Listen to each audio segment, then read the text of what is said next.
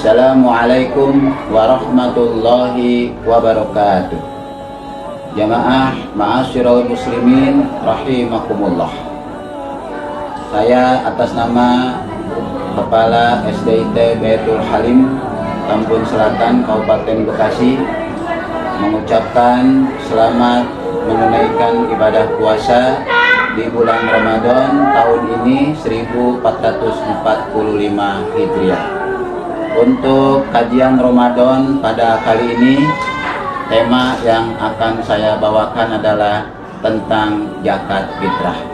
Allah Subhanahu wa taala berfirman dalam surat Asy-Syams, "Qad aflaha man zakkaha wa qad khaba man dassaha." Sungguh berbahagia orang yang mensucikan jiwanya, dan juga akan rugi orang yang mengotori jiwanya. Begitu juga di dalam surat Al-Lail ayat 18, Allah berfirman, "Alladzi yu'ti ma lahu yatajakkah." Orang-orang yang bertakwa adalah orang-orang yang mengeluarkan zakatnya dari harta tersebut. Jamaah rahimakumullah. Tujuan dari zakat tentunya untuk mensucikan, untuk membersihkan, tutahhirhum wa tuzakkihim. Surat At-Taubah ayat 103. Nah, berkaitan dengan zakat fitrah berarti untuk mensucikan jiwa kita dari kotoran-kotoran. Kenapa? Karena pada dasarnya dalam surat An-Nisa juga Allah menjelaskan ayat 128, wa ukhdiratil anfusus suha. Karakter daripada jiwa adalah kikir, pelit, tidak mau berbagi. Maka untuk membersihkan sifat kotor, kikir, pelit, dan tidak mau berbagi ini dengan mengeluarkan zakatnya disebut dengan zakat fitrah. Zakat fitrah ini seluruh jiwa, baik yang bayi baru lahir maupun yang sudah tua, wajib membayar zakat fitrah. Besarannya tentunya kalau dalam makanan pokok. Maka di sini sebelum kebesaran bahwa apa yang perlu dikeluarkan untuk zakat fitrah, maka Syekh Wahbah Al-Juhaili dalam fikih terbesarnya Al-Fiqhul Islam wa Adillatuhu dalam jilid 3 menjelaskan ada dua pendapat. Pendapat yang pertama dari madhab Imam Syafi'i, Imam Hambali, dan juga Imam Maliki, bahwa zakat fitrah itu mengeluarkannya dengan bahan pokok. Makanan pokok kalau Indonesia dengan beras, ya, ada juga mungkin dengan sagu, jagung, dan sebagainya. Namun dalam hadis riwayat Abu Daud itu dijelaskan bahwa ada 5 yang dikeluarkan untuk zakat fitrah. Yang pertama to'amun, makanan pokok. Yang kedua adalah tamrin, kurma. Kemudian yang ketiga adalah syairun, gandum. Yang keempat adalah jabibin, anggur yang dikeringkan. Dan yang kelima adalah aktun, yaitu susu yang dikeringkan atau menjadi susu bubuk. Nah, itu diantara 5 yang bisa digunakan untuk membayar zakat fitrah. Adapun menurut pendapat yang kedua Imam Abu Hanifah, itu boleh dengan pengganti nilai, yaitu dinar, dirham, atau uang rupiah kalau di Indonesia.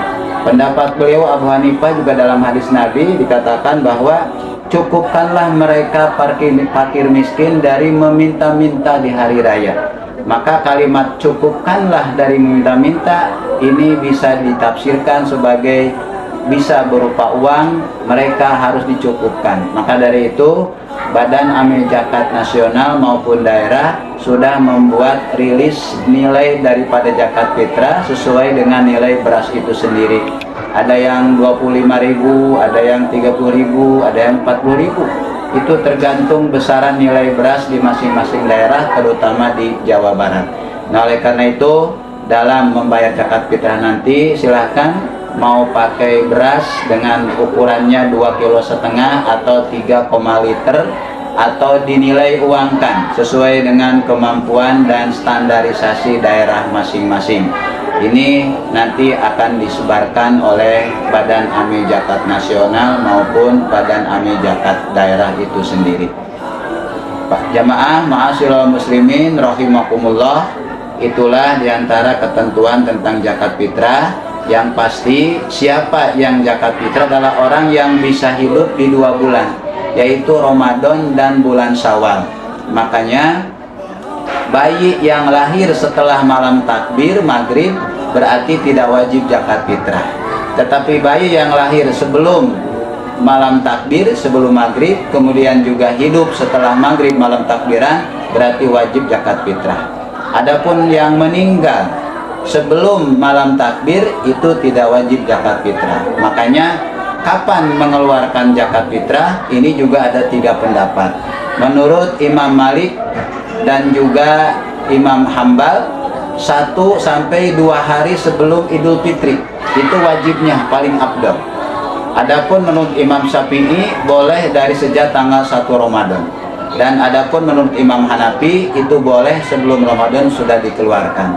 Namun pada lazimnya rata-rata umat Islam Indonesia H-5 atau H-4 rata-rata sudah mengumpulkan zakat fitrah melalui panitia-panitia di masjid DKM ataupun majelis taklim.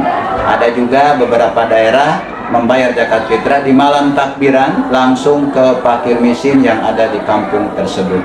Maka dari itu, supaya zakat fitrah kita berpahala betul-betul terima, maka adabnya adalah harus diniatkan dengan ikhlas lillahi ta'ala dalam rangka mengamalkan syariat Islam, yaitu Al-Quran dan hadis Rasulullah SAW.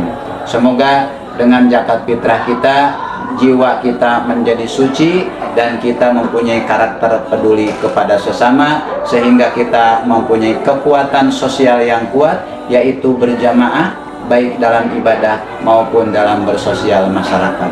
Demikian, mohon maaf sebelumnya. Wassalamualaikum warahmatullahi wabarakatuh.